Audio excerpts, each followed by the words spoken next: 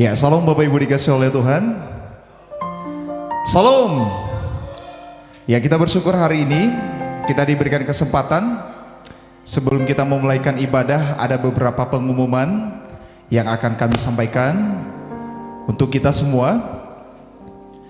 Yang pertama,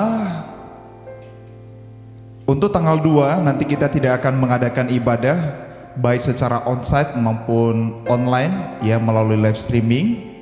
Kita akan tiadakan, tetapi kita akan memulaikan ibadah kita pada tanggal 9 Januari 2022. Jadi Bapak Ibu bisa mempersiapkan hati. Kalau ada yang rindu juga yang ikut bergabung dengan kami di dalam ibadah Pilos yang akan diadakan setiap hari Minggu pada jam 4 sore. Kami sangat terbuka, apalagi kalau ada Bapak Ibu yang mengajak jemaat yang belum percaya kepada Tuhan. Kami sangat merindukan. Dan kami juga mengajak untuk Bapak Ibu yang rindu ibadah kontemporer seperti ini, Bapak Ibu bisa langsung datang bersama dengan kami. Tempatnya di GMI Getsemani Binjai, atau mungkin kalau tidak sempat bisa mengikuti kami melalui media sosial kami. Ada Instagram di GMI Getsemani Fellowship dan YouTube GMI Getsemani Fellowship. Kemudian kalau ada Bapak Ibu juga yang rindu untuk didoakan secara pribadi, bisa langsung menghubungi kami atau mungkin ngechat kami di Instagram kami, atau bisa mengklik link tree yang ada di Instagram, mengisi nama, dari mana, kemudian nomor handphone, kemudian apa yang mau didoakan. Mungkin ada keluhan, ada pergumulan secara pribadi yang mau disampaikan kepada Tuhan melalui kami. Kami sangat-sangat bersedia untuk mendoakan Bapak Ibu. Kemudian kami juga menyampaikan bahwasanya di masa pandemi ini, mari kita tetap menjaga kesehatan kita, baik ketika kita pergi ke luar kota atau dimanapun, kita tetap menjaga supaya kita tetap sehat ya, dengan menjaga jarak dan melakukan protokol kesehatan. Mungkin itu saja pengumuman untuk hari ini. Kita akan memulaikan ibadah kita. Biarlah ibadah ini kita persembahkan hanya untuk memuliakan nama Tuhan. Kiranya Tuhan Yesus memberkati.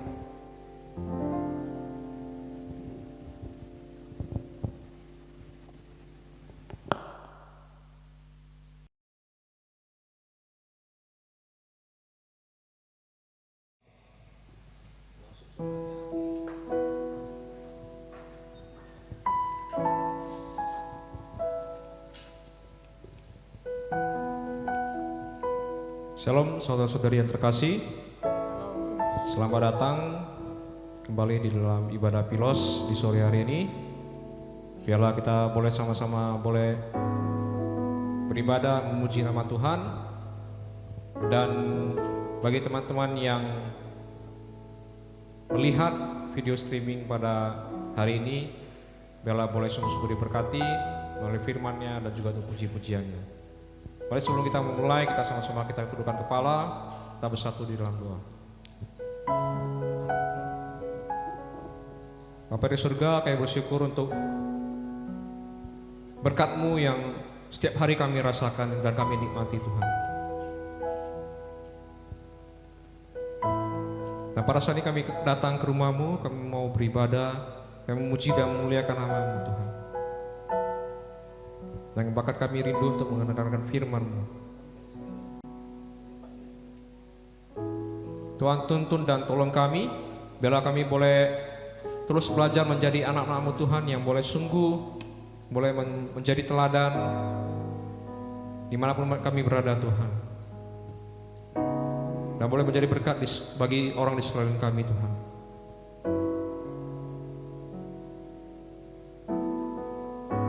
Berkati juga persekutuan dan ibadah daripada Pilos ini. Kami rindu Tuhan, Ada banyak jiwa-jiwa baru yang boleh bergabung dengan kami. Dan kami rindu, dan kami percaya setiap iman kami boleh semakin dikuatkan hari demi hari Tuhan. Terima kasih Tuhan, berkati setiap kami yang melayani pada hari ini, solider, singer, pemusik, dan bahkan hamba-Mu. Semua ini akan menyampaikan firman Tuhan. Tuhan juga Engkau berikan dia hikmat dan kebijaksanaan. Karena firman yang disampaikan boleh sungguh memberkati kami, boleh sungguh membuat kami mengerti akan kasih dan penyertaan-Mu Tuhan. Terima kasih Tuhan, inilah doa syukur kami, dalam Kristus kami berdoa. Amin. Shalom teman-teman semuanya. Shalom sahabat Pilos. Kita sama-sama memuji Tuhan ya. Dan sungguh kita tahu ya, hidup kita di dunia ini, kita tidak boleh hanya untuk mengejar kesenangan saja, hawa nafsu dan materi. Karena semua itu akan semakin menjauhkan kita dari Tuhan. Banyak orang Kristen menganggap beribadah di gereja itu, mengikuti persekutuan di gereja itu tidaklah penting. Karena itu adalah kewajiban dan tanggung jawab kita sebagai seorang Kristen. Lalu apa arti hidup kita? Kita dilahirkan ke dunia dengan sebuah alasan berdasarkan rancangan daripada Tuhan. Tidaklah tepat jika nilai hidup kita hanya diukur dari seberapa banyak kita memiliki materi dan kehormatan. Hidup sebagai seorang Kristen itu menjadi bernilai ketika kita boleh bermanfaat bagi orang lain. Kita mempunyai arti bagi orang lain. Biarlah firman Tuhan yang menjadi pelita bagi kaki kita dan terang bagi jalan kita. Kiranya Tuhan terus menuntun kita. Amin.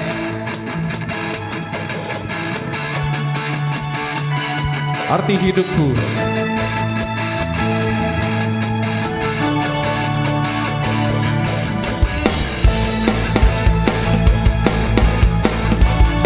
Arti hidup yang terbaik adalah kita temukan di dalam Tuhan. Amin.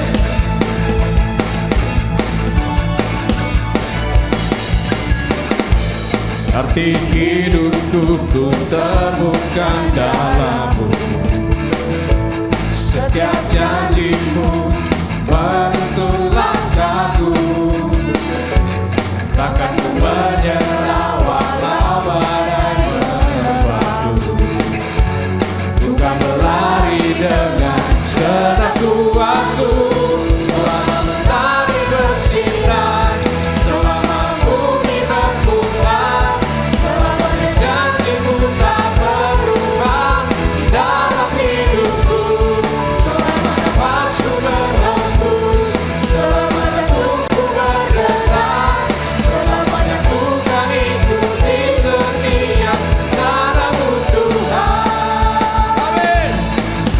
Selama nafas kita berhembus, selama jantung kita berdetak, kita memuji nama Tuhan. Amin.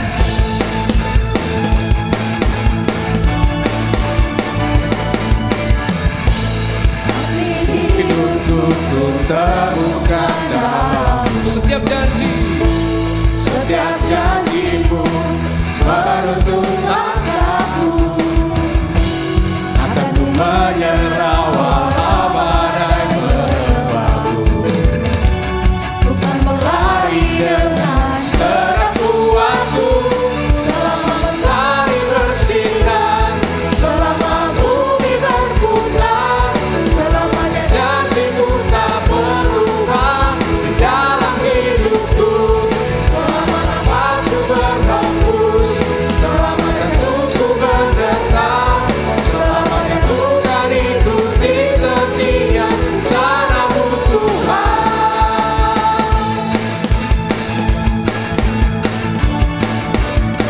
Selamanya kami mau mengikuti rencana-Mu Tuhan. Sekali lagi semuanya, takkan ku menyerah. Takkan ku menyerah walau badai menerpaku. Bukan berlari dengan segenap kuatku. Takkan ku menyerah walau badai menerpaku. Bukan berlari dengan segenap kuatku. Selama mentari bersinar, selama bumi berputar,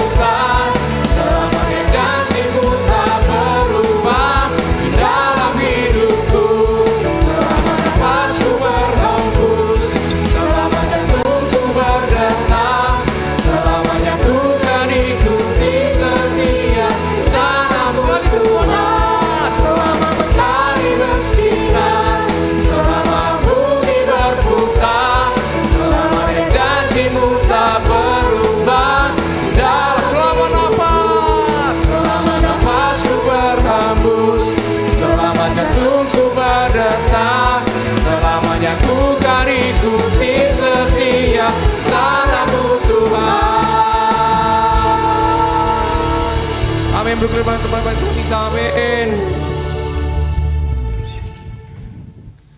Sungguh Engkau Allah yang kudus. Engkau Allah yang kudus, Allah yang sempurna. Kami menyanjung tinggi nama Engkau. Kami memuja Engkau, karena Engkau adalah Raja mulia.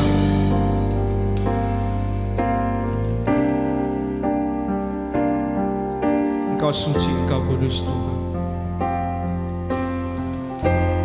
Kau Allah yang kudus, Kau Allah yang kudus, di tata suci-Mu kami menyembah, kami menyanjung nama-Mu.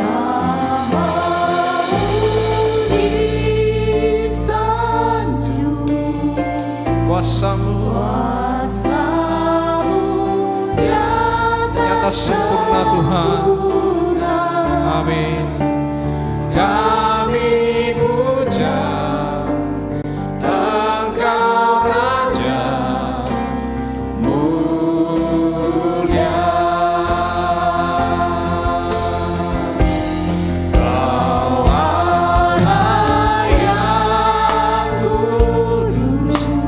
Kau Allah yang kudus, Engkau Allah yang kudus, di tahta suci-Mu Tuhan.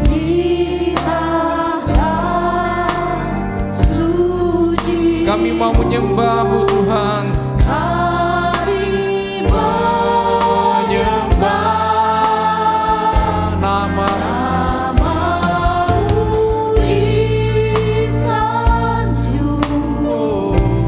Kuasa-Mu Tuhan nyata sempurna. Amin.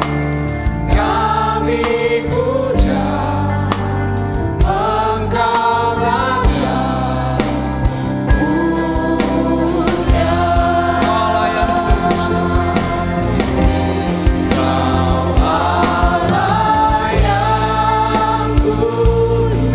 Kau Allah yang kudus, Kau Allah yang kudus, di tata suci-Mu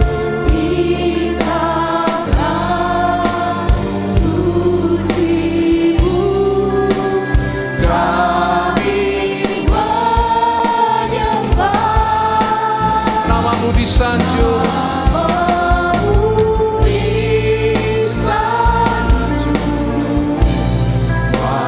Kuasa-Mu nyata sempurna. Kami puja Engkau Raja mulia. Sekali lagi semuanya, Kau Allah yang kudus, Kau Allah yang kudus, Kau Allah yang kudus,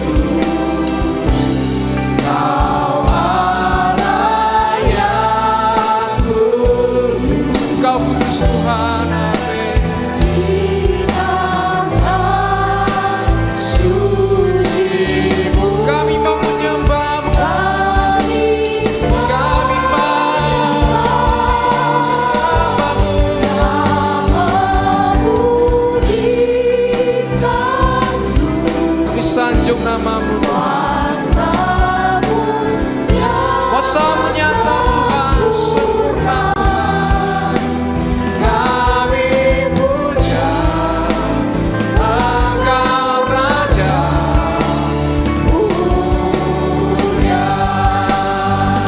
Oh, Kau Allah yang kudus, Kau Allah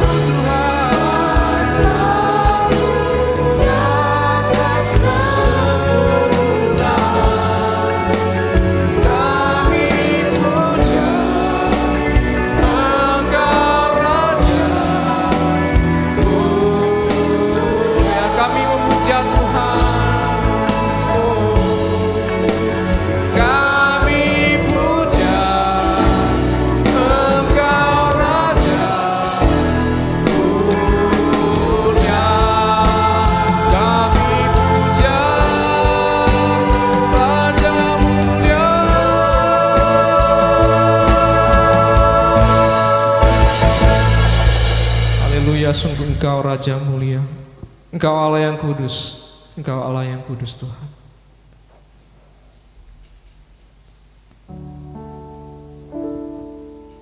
Tuhan, dengan segenap hati kami dan segenap jiwa kami Tuhan, kami datang kepadamu. Karena kami tahu Tuhan, kasih-Mu yang sanggup mengubah kami Tuhan. Kasih-Mu yang selalu menguatkan kami dan memberi kami pengharapan. Sungguh Yesus, Engkau permata hati kami. Dengan segenap hati dan jiwaku, ku datang padamu dalam kerinduan. Kasih-Mu yang sanggup mengubahku dan menguatkanku dalam pengharapan. Yesus, Engkaulah permata hatiku. Dunia tak dapat menggantikan, Dunia tak dapat menggantikanmu. kemuliaan-Mu tercurah bagi kami. Menjadikanku indah dan semakin indah bagiku. Kemuliaan-Mu tercurah bagi kami Tuhan. Dengan segenap hati dan jiwaku, Kami datang kepadamu Tuhan, dengan segala kerinduan kami Tuhan. Kasih-Mu yang sanggup mengubahku dan menguatkanku dalam pengharapan. Yesus, Engkaulah permata hatiku.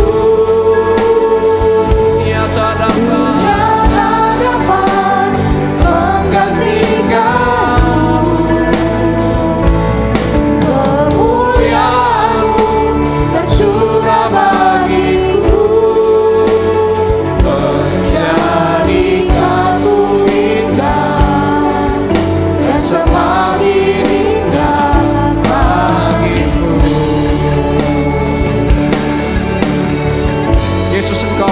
hati kami.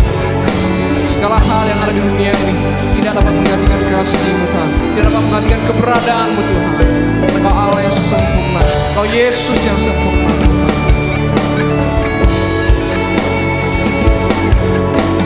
Biar kemuliaan-Mu tercurah bagi kami.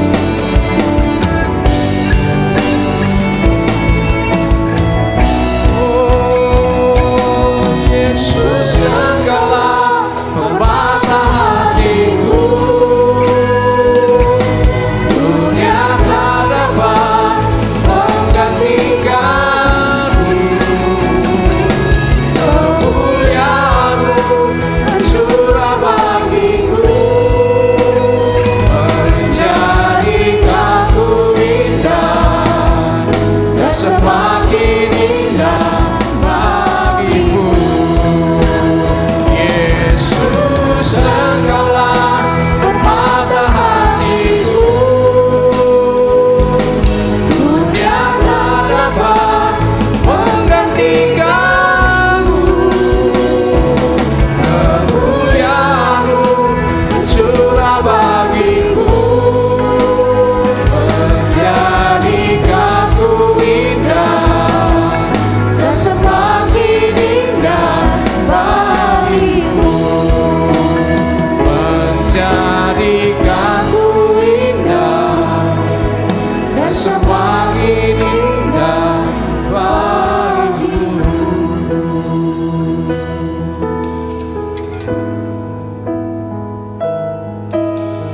Segala kemuliaan dari Engkau tercurah bagi kami, akan menjadi indah bagi-Mu Tuhan. Amin. Selanjutnya kita akan sama-sama mendengarkan firman Tuhan. Kita serahkan waktunya kepada Semu Edi.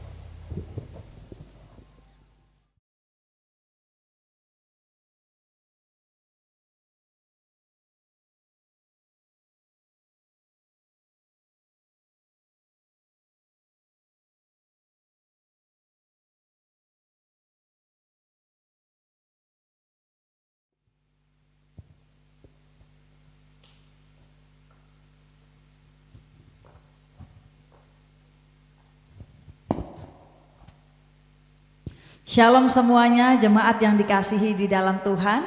Selamat sore dan kita masih di dalam suasana Natal kita. Oleh karena itu saya mengucapkan selamat hari Natal dan selamat menjelang tahun baru. Kiranya kasih Tuhan menyertai, kasih Tuhan memberkati. Kita akan mendengarkan firman Tuhan pada sore hari ini. Mari kita berdoa. Bapa Surgawi, terima kasih ya Tuhan, oleh karena kebaikan dan kemurahan Tuhan sampai hari ini, sehingga kami boleh menikmati kemuliaan Tuhan dalam hidup kami. Tuhan, Engkau yang memberkati firman-Mu yang akan disampaikan. Mari Tuhan, Engkau yang menerjemahkan di dalam setiap hati kami yang mendengarkan, sehingga sungguh ya Tuhan, firman-Mu dapat menjadi benih yang luar biasa, mendorong, membangkitkan iman bagi setiap yang mendengarkannya. Terpujilah namamu ya Tuhan, hamba-Mu siap melayani Engkau di altar-Mu yang kudus ini. Di dalam nama Tuhan Yesus Kristus kami berdoa, amin. Baiklah, pada sore hari ini saya akan menyampaikan firman Tuhan, kemuliaan bagi Allah, yang terambil di dalam Lukas 2 ayat 14. Mari kita baca bersama-sama Lukas 2 ayat 14. Berbunyi demikian. Kemuliaan bagi Allah di tempat yang maha tinggi dan damai sejahtera di bumi di antara manusia yang berkenan kepadanya. Saudara, ini merupakan pujian dari sejumlah malaikat Tuhan yang menyampaikan kabar sukacita tentang kelahiran Yesus Kristus kepada para gembala yang sedang menjaga kawanan domba di padang. Namun pada sore hari ini saya tidak menceritakan secara detail tentang peristiwa kelahiran Yesus. Saya hanya fokus kepada temanya, yaitu berbicara tentang kemuliaan Allah dan bagaimana supaya kita bisa hidup memuliakan Tuhan. Apa itu kemuliaan Tuhan? Kemuliaan Tuhan, kemuliaan Allah adalah keberadaan Allah sendiri, yaitu hakikat dari sifatnya, luas pengaruhnya, pancaran kemegahannya, peragaan kuasanya, dan suasana hadiratnya. Dengan kata lain dikatakan bahwa kemuliaan Allah adalah suatu ekspresi dari kebaikannya dan dari semua sifat kekal hakiki yang lainnya, seperti misalnya sifat Allah yaitu kasih, keadilan, kesabaran, kesucian, kekudusan, dan lain sebagainya. Maka kalau kita melihat kemuliaan Allah itu bisa kita lihat melalui ciptaannya, yang dikatakan di dalam Mazmur 119 ayat 2, langit menceritakan kemuliaan Allah dan cakrawala memberitakan pekerjaan tangannya. Saudara pernah melihat video tentang suasana di luar angkasa, apalagi kalau malam hari ya, wah itu akan semakin jelas terlihat betapa luar biasanya alam raya ini yang diciptakan oleh Tuhan, luar angkasa, suasana luar angkasa tersebut. Dan ketika mau kita menyaksikan video itu, kita akan mengagumi terhadap pencipta kita, yaitu Allah. Sungguh agung dan luar biasa ciptaannya, betapa ajaibnya apa yang Ia jadikan. Nah, kemuliaan Allah nyata melalui ciptaannya. Kemudian kemuliaan Allah juga dapat kita lihat melalui ketika Allah menyatakan dirinya kepada orang-orang tertentu. Ketika Dia menyatakan pertama kali di Taman Eden, kemudian kepada Musa, lalu di kemah suci, kemudian kepada para nabi-nabinya, dan melalui Yesus Kristus dan kepada para murid-murid Yesus sekarang melalui gerejanya. Kemuliaan Allah dinyatakan di dalam berbagai cara, berbagai wujud. Seperti api yang menghanguskan, tiang awan, tiang api, ya, gemuruh asap, cahaya terang. Kemuliaan Allah dinyatakan dalam wujud seperti itu. Nah, kemuliaan Allah yang termulia tampak di dalam pribadi Yesus Kristus, karena Dia adalah terang dunia. Itu menjelaskan sifat Allah, kemuliaan Allah sendiri. Di dalam Ibrani 1 ayat 3 berkata, Ia, yaitu Kristus adalah cahaya kemuliaan Allah. Maka kemudian dijelaskan di dalam Yohanes 1 ayat 14, firman itu telah menjadi manusia dan diam di antara kita, dan kita telah melihat kemuliaannya, yaitu kemuliaan yang diberikan kepadanya sebagai anak tunggal Bapa, penuh kasih karunia dan kebenaran. Jadi kemuliaan Allah itu bersifat melekat pada diri Allah. Karena itu memang adalah sifatnya. Kita tidak bisa menambahkan apapun di dalam kemuliaan Allah. Dan kemuliaan Allah juga tidak bisa berkurang. Tapi kita diperintahkan untuk mengenali kemuliaannya. Kita diperintahkan untuk menghormati kemuliaannya, untuk menyatakan kemuliaannya, untuk memuji kemuliaannya, untuk mencerminkan kemuliaannya dan hidup bagi kemuliaannya. Kenapa saudara, Bapak Ibu yang hadir, yang saat ini mengikuti ibadah, mengapa kita tidak bisa kemuliaan itu tidak bisa berkurang, namun kita diperintahkan untuk menghormati kemuliaannya. Mengapa? Karena Allah layak menerima kemuliaan tersebut. Segala pujian, segala hormat hanya bagi Allah, glory bagi Allah. Manusia tidak berhak menerima kemuliaan. Kemuliaan itu hanya milik Allah sendiri. Ingat bahwa kita manusia ini diciptakan hanya untuk memuliakan Allah. Mari kita baca di dalam Yesaya 43 ayat 7. Ya, dikatakan semua orang yang disebutkan dengan namaku yang kuciptakan untuk kemuliaanku, yang kubentuk dan yang kujadikan. Jadi dari seluruh ciptaan Allah ini bagaimana kemudian kita sebagai manusia, ya, kita diciptakan sebagai makhluk yang paling berharga, yang sangat istimewa. Kita diciptakan hanya untuk kemuliaan Allah. Di dalam kemuliaan Allah itu kita melihat terang daripada Allah. Tetapi kalau kita melihat sejarahnya, ya, bagaimana kemudian dari seluruh ciptaan Allah itu hanya ada 2 ciptaan yang gagal memuliakan Tuhan.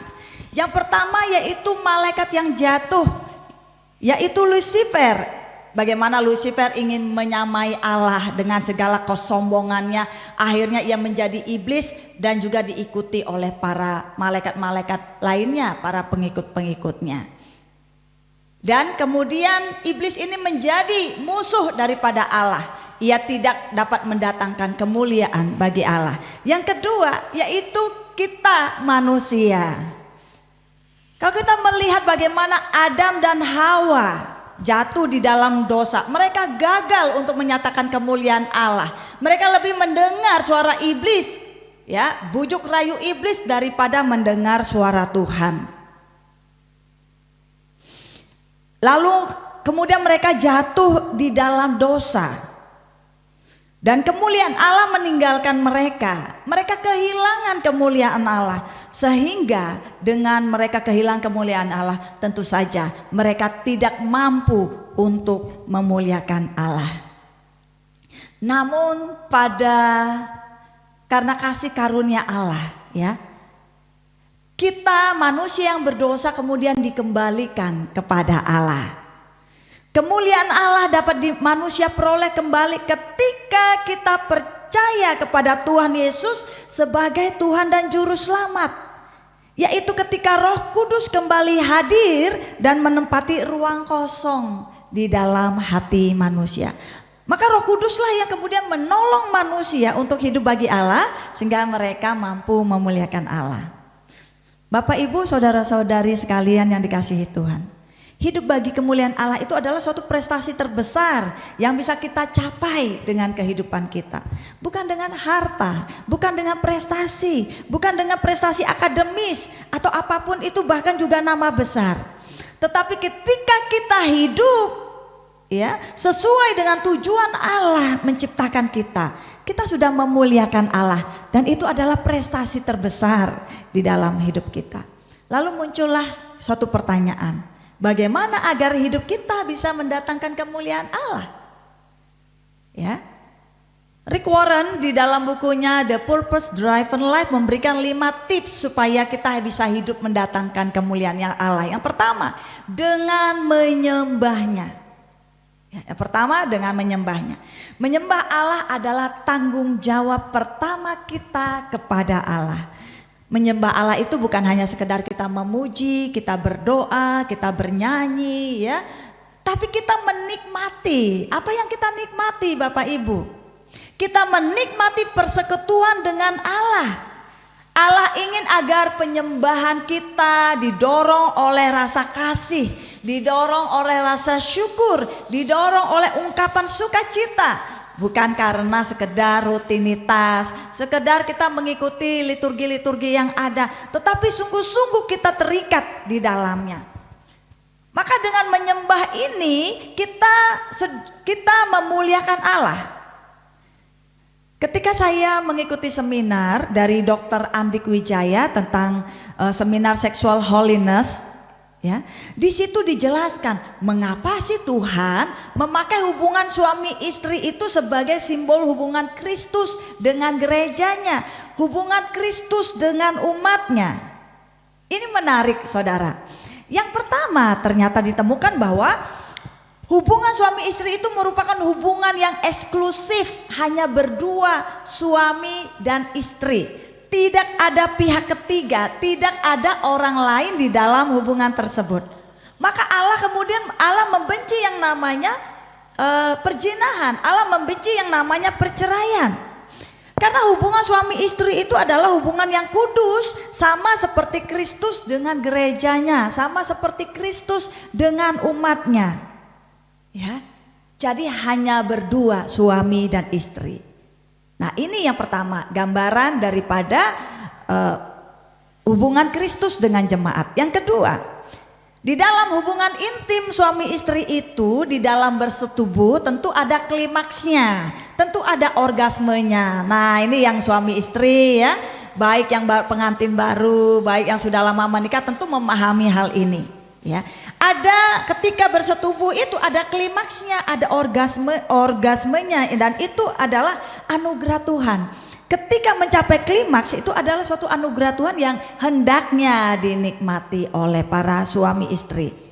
Itulah kemudian keintiman yang Tuhan beri yang membuat istri itu tergila-gila, kelepek-kelepek sama suaminya ya, birahi terhadap suaminya. Dia mau terus ingin menikmati keintiman bersama suaminya karena itu adalah hal yang nikmat, anugerah yang Tuhan berikan bagi pasangan suami istri. Maka itu juga yang digambarkan kemudian di dalam keintiman antara Tuhan dengan umatnya. Ya. Bukan secara fisik seperti suami istri, tetapi secara rohani. Tuhan tidak ingin kita memiliki relasi dengan yang lainnya selain dengan Tuhan. Tuhan ingin kita memiliki relasi bukan hanya sekedar permukaan saja, tetapi lebih dalam lagi menikmati Tuhan ketika kita masuk di dalam penyembahannya. Ketika kita masuk ke dalam ruang maha kudusnya, ada satu pujian yang indah. Ku masuk ruang maha kudus, ya. Memasuki ruang maha kudus Tuhan, kita bersentuhan dengan Dia, kita bersentuhan dengan yang ilahi, maka ada sukacita, ada damai sejahtera yang luar biasa kita rasakan. Kita akan merasakan suatu kepuasan seperti tadi bentuk daripada kenikmatan hubungan suami istri ya. Kita akan bentuknya secara fisik seperti itu. Nah secara rohani kita akan merasakan kepuasan di dalam hubungan kita dengan Allah. Hubungan kita dengan Kristus ada suatu kepuasan batin, ada suatu kelegaan. Ketika kita masuk di dalam hadirat Tuhan, kelegaan yang luar biasa itu terjadi. Ini yang kemudian membuat kita itu semakin tergila-gila dengan Tuhan. Ini yang kemudian membuat kita itu semakin tidak mau jauh daripada Tuhan. Orang-orang yang mengalami Tuhan di dalam hidupnya tidak akan mungkin bisa mengkhianati Allah, berpaling kepada Allah. Karena apa? Ia mengalami bagaimana kehidupannya yang baru bersama Tuhan, bagaimana ia dipulihkan dari cara-cara hidup yang lama, bagaimana ia diberkati di dalam berkat Tuhan. Ia mengalami berbagai perbedaan, berbagai perubahan yang luar biasa daripada Allah, mujizat-mujizat daripada Allah, dan itu membuatnya nggak bisa berpaling. Saudara, kalau saudara sebagai istri, lalu saudara disayang oleh suamimu, ya, disayang, diperhatikan, wah pokoknya luar biasa deh gitu ya suami ya. Pasti hati istri itu semakin jatuh cinta, benar nggak? Ya, yang punya suami di sini, benar nggak? Suami juga akan merasakan ya bagaimana istri itu begitu mencintai suaminya, gak mungkin lari, gak mungkin pergi gitu. Begitu juga ketika kita mengalami hadirat Allah, mengalami kenikmatan di dalam hubungan kita dengan Allah, kita nggak akan bisa lari, malah kita tergila-gila dengan Allah. Ya, orang yang sudah mengalami relasi intim dengan Tuhan ini, maka di dalam kitab Mazmur 73 ayat 25 sampai 26 sampai digambarkan, siapakah gerangan yang ada padaku di sorga selain Engkau? Selain Engkau tidak ada yang kuingini di bumi. Sekalipun dagingku dan hatiku habis lenyap, gunung batuku dan bagianku, tetaplah Allah selama-lamanya. Mampukah kita berbicara demikian? Ada amin, saudara? Apakah kita sudah pada tahap itu? Kita mengatakan selain Engkau tidak ada yang kuingini di bumi ya Tuhan. Berarti saudara sekalian sudah memasuki pada tahap keintiman dengan Tuhan. Memang suatu fakta yang tidak bisa kita elakkan bahwa kepuasan itu kita hanya bisa dapatkan ketika kita mengutamakan Tuhan. Maka konteksnya tadi tidak ada orang lain, tidak ada pihak ketiga, tidak ada penyembahan yang lain selain menyembah Allah. Maka ketika kita menjadikan Tuhan sebagai yang terutama, maka kita akan mengalami kenikmatan yang total dan kita hidup hanya berserah kepada Tuhan. Luar biasa ya. Jadi penyembahan itu harus menjadi gaya hidup kita di mana saja kita berada. Ketika kita tidur, ketika kita bisa bercengkrama dengan keluarga, kita sambil menyembah Tuhan. Ketika kita makan, ketika kita memasak untuk para ibu-ibu ya yang memasak untuk para suami dan anak-anaknya. Ketika bekerja di kantor, ketika lagi di jalan menyetir mobil, dimanapun kita berada, itu menjadi gaya hidup dalam kita menikmati Allah. Indah ya. Di dalam hidup kita pasti kita mengalami persoalan, apalagi di masa pandemi ini banyak sekali persoalan yang menyangkut persoalan ekonomi, relasi dan lain sebagainya. Tapi bagaimana ketika kita memakai gaya hidup penyembahan kepada Allah ini, kita akan mengalami ketenangan batin, kita akan mendapatkan banyak insight baru ya yang daripada Tuhan, yang Tuhan berikan di dalam kehidupan kita untuk kita mencapai kualitas hidup lebih baik lagi. Bapak Ibu, ketika kita di dalam Tuhan, hati kita dijamah oleh Tuhan, pemulihan akan terjadi. Hati kita dipenuhi sukacita, maka disitulah puncaknya hidup kita bisa memuliakan Tuhan. Kita akan siap menghadapi dunia ini, dunia dengan segala warnanya, dunia dengan segala konfliknya, dengan segala kerumitannya. Kita siap menghadapinya. Karena apa? Kita memulai bersama Allah, kita membangun bersama Allah, kita menjalin relasi dengan Allah, maka segala sesuatu akan dilancarkan. Yang kedua, yaitu bagaimana supaya hidup kita bisa mendatangkan kemuliaan bagi Allah dengan mengasihi orang-orang percaya lainnya. Ketika kita percaya kepada Tuhan Yesus dan kita lahir baru, kita masuk sebagai anggota kerajaan Allah. Kita bukan lagi orang asing, bukan lagi orang pendatang, tapi kita kawan sewarga dengan dalam kerajaan Allah. Maka saudara kita seiman itu menjadi saudara sejati bagi kita. Kadang-kadang saudara kandung bisa mengecewakan ya, saudara dekat bisa mengecewakan, tapi saudara di dalam Tuhan itu saling memberkati, itu saling memperhatikan. Justru ya saudara di dalam seiman itu justru lebih memperhatikan. Tapi tidak, ini pada kasus-kasus yang khusus mungkin berbeda ya Bapak Ibu ya. Yesus berkata, sama seperti aku mengasihi kamu, demikian pula kamu harus saling mengasihi. Dengan demikian semua orang akan tahu bahwa kamu adalah murid-muridku, yaitu jikalau kamu saling mengasihi. Saudara, ketika orang Kristen bertengkar, apakah kita tuh sedang mempermuliakan Tuhan atau mempermalukan? Ya, saya rasa semua bisa menjawab ya, kita mempermalukan Tuhan.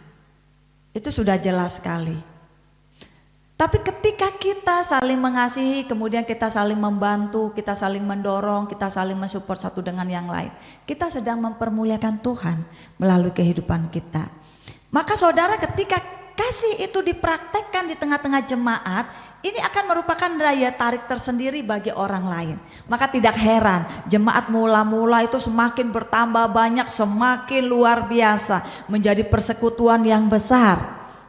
Karena apa? Kasihnya itu nyata di tengah gereja. Mereka berkembang bukan hanya khotbah-khotbah para rasul. Mereka berkembang bukan hanya karena makan ya, cia-cia dan cia aja ya, tetapi kasih mereka nyata saling memperhatikan. Ketika ada yang berduka, apakah kita memperhatikan? Ketika ada yang sakit, apakah kita memperhatikan? Mungkin ada orang yang ekonominya lemah, sekarang lagi dirundung kesulitan, maukah kita peduli untuk membantu mereka? Tidak perlu ada orang yang tahu, biarlah Tuhan Yesus yang tahu. Ya, kita sedang memuliakan Tuhan karena apa? Kita sedang membawa Kristus itu ya, kita ini menjadi anak Tuhan, kita sedang membawa Kristus di dalam kehidupan kita yang harus kita nyatakan secara nyata. Wujud nyatanya itu harus direfleksikan dan dirasakan dampaknya oleh orang lain di sekitar kita. Maka kita kemudian dikatakan dengan mengasihi orang-orang percaya lainnya dan mengasihi orang yang belum percaya, konteksnya ini, maka kita akan dapat memuliakan Tuhan di dalam kehidupan kita. Kasih itu bukan kata-kata, kasih itu adalah wujud. Dan kasih itu adalah Allah sendiri. Allah yang ada di dalam kita tentu akan mengimpartasikan. Ketika kita mau membagi kasih itu bukannya semakin berkurang, tapi semakin lebih dan lebih meluap lagi. Mungkin kita bukannya orang yang kaya raya sekali ya, orang yang banyak uang, tetapi ketika kita menyisihkan penghasilan kita untuk memperhatikan orang lain, kita akan semakin diperkaya bukan hanya secara jasmani saja, tetapi kita akan diperkaya oleh hati ya, hati yang berkelimpahan, hati yang bersukacita, hati yang gembira. Karena apa? Itulah wujud kasih Kristus dalam hidup kita. Karena ketika kita memperhatikan orang lain, Allah dimuliakan, Allah disenangkan. Amin. Kemudian yang ketiga, bagaimana kita dapat mendatangkan kemuliaan Allah dengan menjadi seperti Kristus. Ketika kita percaya kepada Kristus, lalu kita lahir baru. Kita bayi rohani, kemudian kita bertumbuh perlahan-lahan, kita mengenal Allah sampai pada kedewasaan rohani kita. Maka kemudian di dalam Efesus kita melihat satu konsep tentang pertumbuhan rohani. Bahwa pertumbuhan kita itu menyerupai Kristus dalam cara kita berkata-kata, cara kita merasakan, berempati ya, cara kita di dalam bertindak. Maka ini kemudian yang akan mengembangkan karakter kita. Ketika karakter kita semakin berkembang, kita akan menjadi semakin serupa dengan Kristus, semakin besar untuk kita mendatangkan kemuliaan Allah. Ketika karakter Kristus semakin berkembang di dalam diri kita, maka itu akan kita akan semakin besar dan semakin luar biasa di dalam menyatakan kemuliaan Allah. Tentu saja semua itu akan dikerjakan oleh Roh Kudus, bukan hanya karena kekuatan kita, tapi ketika kita mau Roh Kudus turut bekerja untuk mendatangkan kebaikan dan kemuliaan ya, bagi namanya yang kudus.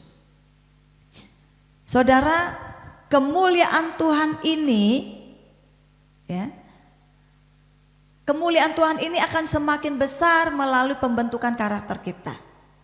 Seperti sebuah mutiara. Mutiara yang indah itu enggak dibentuk langsung instan seperti itu, tapi dia dibentuk dalam sebuah kerang laut dengan proses yang panjang, ya, dan proses yang menyakitkan bagi kerang tersebut.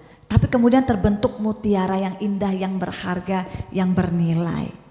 Demikian juga karakter Kristus akan terbentuk di dalam diri kita melalui berbagai tantangan dan penderitaan.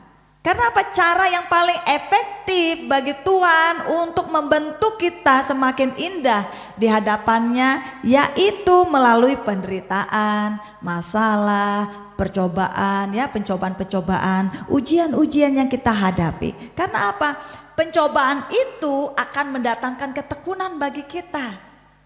Dengan masalah itu membuat kita kembali melihat, oh Tuhan, tolong saya. Oh Tuhan, ternyata Engkau Allah yang luar biasa. Oh Tuhan, ternyata Engkau yang saat ini mendampingi ketika saya memiliki masalah. Oh Tuhan, terima kasih, melalui masalah ini saya bertumbuh kepada Tuhan. Melalui masalah ini saya semakin bijaksana. Melalui masalah ini saya semakin bisa mengampuni. Melalui masalah ini saya semakin bisa memberi kepada orang lain. Melalui masalah ini saya tahu Engkau tidak membuang saya, tapi Engkau tetap mengampuni dan menyertai saya. Maka ketika masalah-masalah itu terjadi, itulah dipakai Tuhan untuk membuat karakter kita menyerupai Kristus. Dan kemudian mendatangkan ketekunan. Dari ketekunan itu akan menghasilkan tahan uji. Kita akan menjadi pribadi yang kuat. Kita akan menjadi pribadi yang dewasa. Hati kita semakin dimurnikan oleh Tuhan. Dan karakter Kristus tentu akan semakin nampak. Dan karakter Kristus itu ketika nampak akan mendatangkan kemuliaan bagi Tuhan. Jadi jangan hindari masalah, ya. Mari kita sama-sama jalani, menikmati setiap masalah-masalah itu, proses-proses itu dengan kenikmatan ilahi. Bukan karena kita, tetapi kita menjalani, Tuhan aku mau menikmati ini sebagai suatu kenikmatan ilahi. Sehingga aku mendapatkan banyak hal-hal yang luar biasa. Banyak insight-insight positif yang bisa aku dapatkan untuk membawa hidupku lebih berkualitas lagi ke depannya. Ya. Kemudian yang keempat, dengan melayani orang lain melalui karunia-karunia kita. Setiap kita tentu adalah makhluk ciptaan Tuhan yang paling istimewa, yang paling unik, yang diberikan talenta karunia. Jadi bohong ya kalau ada yang bilang saya nggak memiliki apapun, saya nggak layak, saya nggak menarik, ya, saya tidak memiliki hal-hal yang bisa saya banggakan. Karena sejatinya manusia itu diberikan talenta. Sejatinya setiap orang diberikan karunia-karunia. Keahlian-keahlian itu sebagai suatu bekal dari Allah untuk manusia bisa berkarya dan menyatakan kemuliaan Allah. Tentu saja keahlian itu berbeda-beda ya Bapak Ibu. Coba aja sama semua. Satu menjadi insinyur, misalnya insinyur bangunan, ya, menjadi arsitek. Oh, semuanya arsitek. Tentu hidup ini nggak berwarna, ya. Tentu tidak indah. Semuanya jadi arsitek, cuma satu macam saja, ya. Tentu sangat membosankan sekali hidup ini. Tapi kita melihat berbagai talenta, berbagai karunia yang membentuk akhirnya apa? Pembangunan bangsa, pembangunan di seluruh dunia ini. Kalau kita melihat dengan segala kemegahannya, itu adalah berkat talenta, karunia yang Allah berikan yang berbeda-beda pada masing-masing orang. Ini menciptakan keindahan, menciptakan harmonisasi yang luar biasa, sehingga kita dapat menikmati kehidupan dengan lebih mudah lagi. Nah, ketika kita diberikan talenta, Allah itu tidak memberikan kita kemampuan untuk kepentingan diri kita sendiri, melainkan kita berikan untuk kebaikan, untuk menjadi dampak bagi orang lain. Di berbagai profesi, Bapak Ibu mau profesinya apa, ya? Tetap memuliakan Tuhan melalui profesi kita. Apa yang kita miliki itu yang Allah inginkan untuk kita membagikannya kepada orang lain, memberi dampak sebanyak-banyaknya, seluas-luasnya.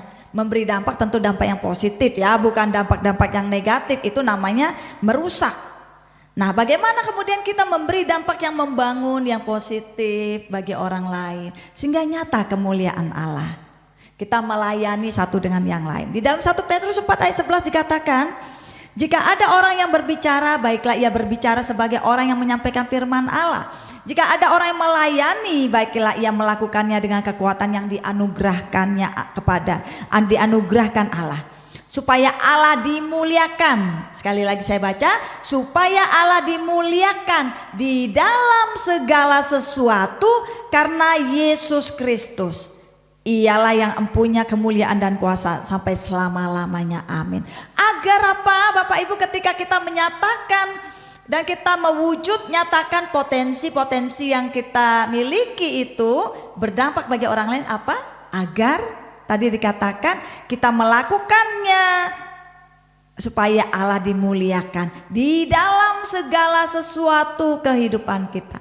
Pertanyaannya adalah, sudahkah kita mengisi waktu kita untuk berbagi, untuk kita memberi dampak yang positif bagi orang lain? Coba kalau dihitung-hitung berapa tahun lagi kita hidup. Kalau sekarang usia saya udah 46 ya. Saya bilang Tuhan saya mau meninggal sekitar umur ini. Nah, kira-kira seperti itu. Maka kalau anak saya udah wisuda, kalau udah ada cucu, bisa lihat cucu kan gitu ya, idealnya kan seperti itu. Tapi kita juga nggak tahu kapan Tuhan memanggil kita. Nah, coba hitung, diukur usia kita sekarang lalu dengan usia yang kita mau kita meninggal di usia tersebut. Berapa puluh tahun lagi atau berapa tahun lagi kita hidup saat itu? Apakah kita memakai waktu itu dengan positif? Apakah kita sedang membangun orang lain, menyatakan kasih Tuhan, atau mempermalukan Tuhan? Ini perlu menjadi pertanyaan. Apa tujuan hidup kita saat ini? Hanya ada dua pilihan, kita memuliakan nama Tuhan atau kita memilih tidak memuliakan nama Tuhan melalui perilaku kita yang salah, perilaku yang buruk. Itu adalah pilihan. Nah, Bapak Ibu, saudara-saudari yang dikasihi Tuhan, ketika kita melayani orang lain, menyatakan kasih Tuhan melalui talenta, melalui potensi kita, maka nama Tuhan dipermuliakan. Kemudian yang terakhir adalah bagaimana kita menyatakan kemuliaan Allah dengan memberitakannya kepada orang lain mengenai Kristus Yesus. Ketika kita menerima kasih daripada Allah tidak ingin kita menyimpannya sebagai suatu rahasia hanya bagi diri kita sendiri. Ketika kita mengenal kebenaran Allah, Allah ingin agar kita membagikannya kepada orang lain. Anugerah itu bukan hanya untuk diri sendiri. Tuhan menghendaki sebanyak mungkin orang diselamatkan. Dan Tuhan tidak menghendaki satu orang pun binasa. Di dalam 2 Petrus 3 ayat 9, biarlah ini menjadi konsep yang kelima cara kita menyatakan kemuliaan Allah. Tuhan tidak lalai menepati janjinya. Sekalipun ada orang yang menganggapnya sebagai kelalaian, tetapi ia sabar terhadap kamu. Karena ia menghendaki, sekali lagi ia menghendaki supaya jangan ada yang binasa, melainkan semua orang berbalik dan bertobat. Maka melalui amanat agung Tuhan kita diajak untuk kita memberitakan kasih Tuhan di seluruh dunia dimanapun kita berada. Kita diberikan tugas yang sama untuk menceritakan tentang kebaikan Tuhan, memberitakan kabar baik kepada semua orang, sehingga semakin banyak orang yang percaya, semakin banyak orang yang mengenal kasih Kristus.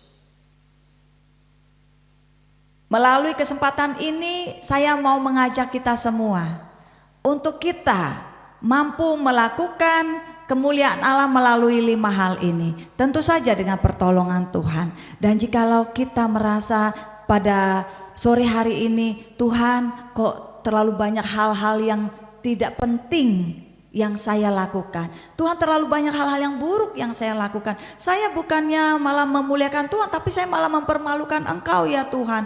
Ampuni hidup saya. Saudara, masih ada tahun mendatang. Di tahun 2022 nanti. Mari kita memperbaiki diri sekarang. Masih ada waktu seminggu untuk kita mengintrospeksi diri kita.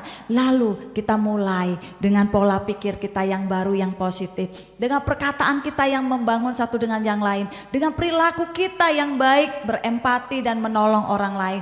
Menyatakan kasih Tuhan sebanyak-banyaknya, seluas-luasnya. agar nama Tuhan dipermuliakan melalui kehidupan kita. Mari kita berdoa. Bapa Surgawi, Bapa yang baik, terima kasih ya Tuhan untuk firman-Mu yang menegur kami, yang mengingatkan kami, yang mendorong kami untuk kami memuliakan Tuhan. Maka Tuhan, masih ada waktu dalam seminggu ini untuk kami dapat mengintrospeksi diri kami di hadapan-Mu. Hal-hal yang belum kami lakukan, bahkan hal-hal yang melenceng dari kebenaran-Mu, ampuni kami ya Tuhan. Biarlah ini menjadi suatu perenungan akhir tahun bagi kami, agar di tahun yang baru nanti kami memasuki tahun 2022 dengan hati yang baru, dengan pola pikir yang baik, yang positif, dengan perkataan, perilaku, dan juga dengan sosialisasi kami yang lebih baik lagi ya Tuhan. Sehingga kasih Allah semakin dinyatakan dalam hidup kami. Kemuliaan Allah dapat dinyatakan melalui kehidupan kami. Sehingga ketika kami menjalani kehidupan kami menjadi saksi Tuhan, maka banyak orang diselamatkan melalui kesaksian hidup kami. Terpujilah nama-Mu ya Tuhan, segala pujian, segala hormat, segala kemuliaan hanya bagi-Mu. Dalam nama Tuhan Yesus Kristus kami berdoa, amin. Tuhan memberkati kita semuanya.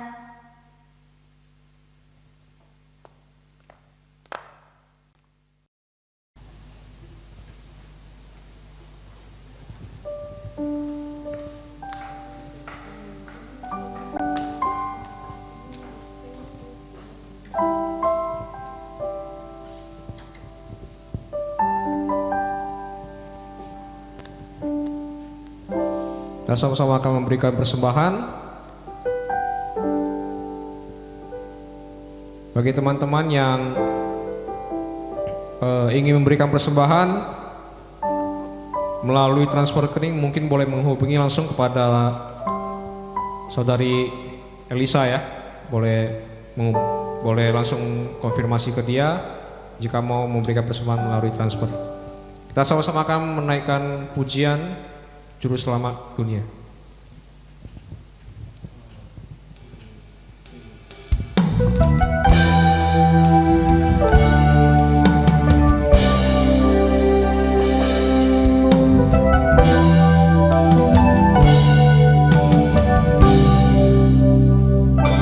Dalam terang yang ilahi, Raja damai telah lahir, genap rencananya di dalam dunia.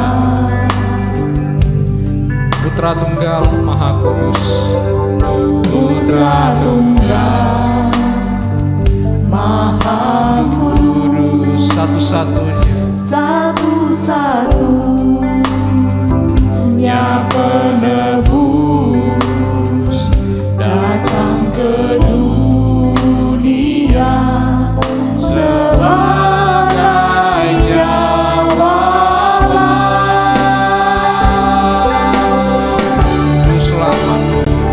Juru selamat dunia, Kristus Tuhan,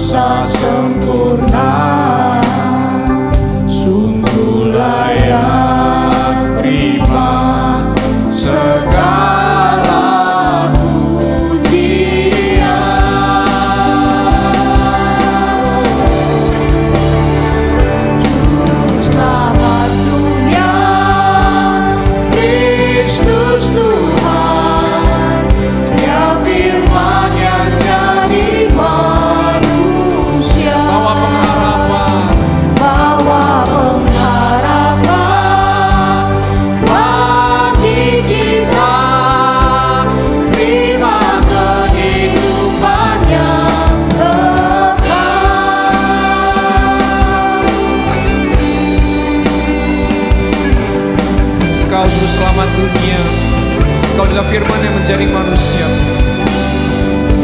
memberikan pengharapan bagi kami untuk beroleh kehidupan yang kekal.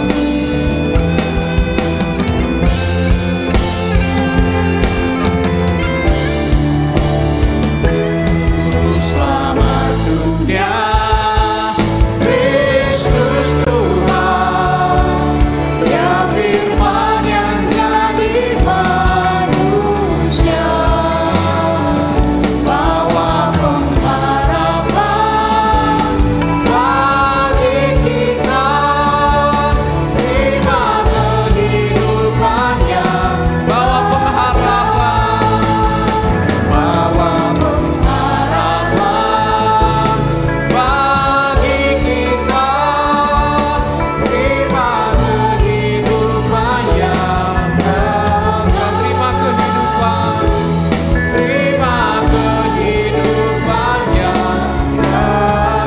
terima kemuliaan, Terima kemuliaan yang besar.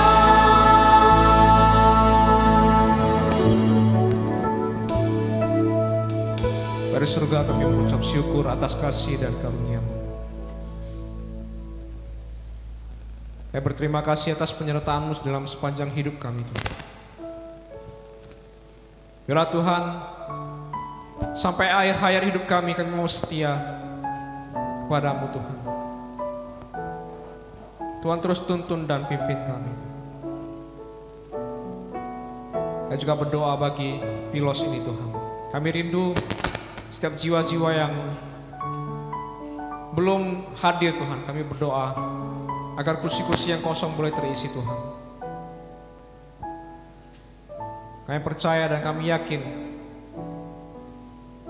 Pilos ini boleh sungguh menjadi satu wadah yang boleh Tuhan pakai untuk boleh menjangkau lebih banyak lagi jiwa-jiwa baru, Tuhan. Terima kasih, Tuhan. Tolong kami ya Tuhan. Ya Bapa, saya juga berdoa untuk persembahan yang terkumpul, Tuhan, agar sungguh boleh dipakai dengan baik bagi pelayanan di gereja-Mu ini, Tuhan, khususnya di Pilos ini, Tuhan. Biar segala kemuliaan kami kembalikan kepada Engkau, Tuhan. Terima kasih, Tuhan. Inilah doa kami, dalam nama Kristus kami berdoa. Amin. Kita sama-sama menutup ibadah kita pada malam hari ini. Kita sama-sama berdoa, doa Bapa kami, dan kita sama-sama menerima doa berkat melalui hambanya, Pendeta Nyoman. Mari kita berdoa. Bapa kami yang di surga, dikuduskanlah nama-Mu, datanglah kerajaan-Mu, jadilah kehendak-Mu di bumi seperti di surga. Berikan kami pada hari ini kami yang secukupnya, dan ampunilah kami akan kesalahan kami, seperti kami juga mengampuni orang yang bersalah kepada kami. Dan jangan bawa kami ke dalam pencobaan, tapi lepaskanlah kami daripada yang jahat, karena Engkau yang mempunyai kerajaan dan kemuliaan sampai selama-lamanya. Amin.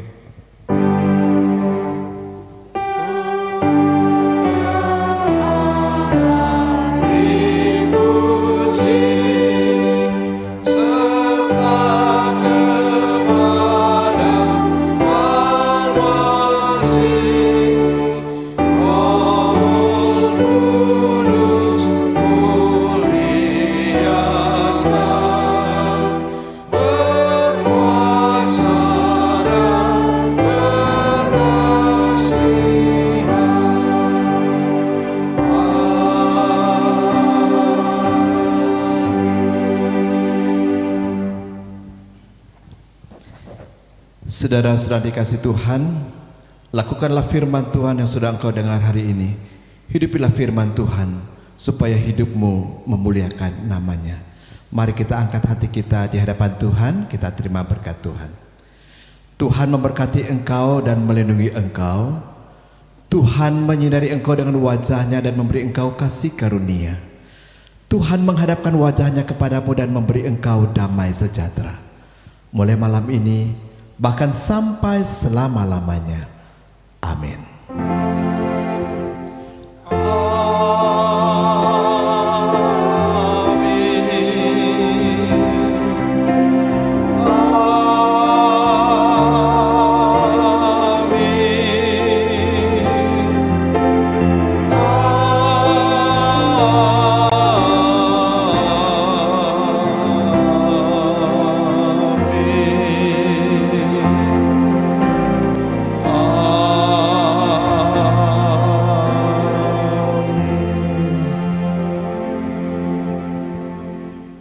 Doa teduh.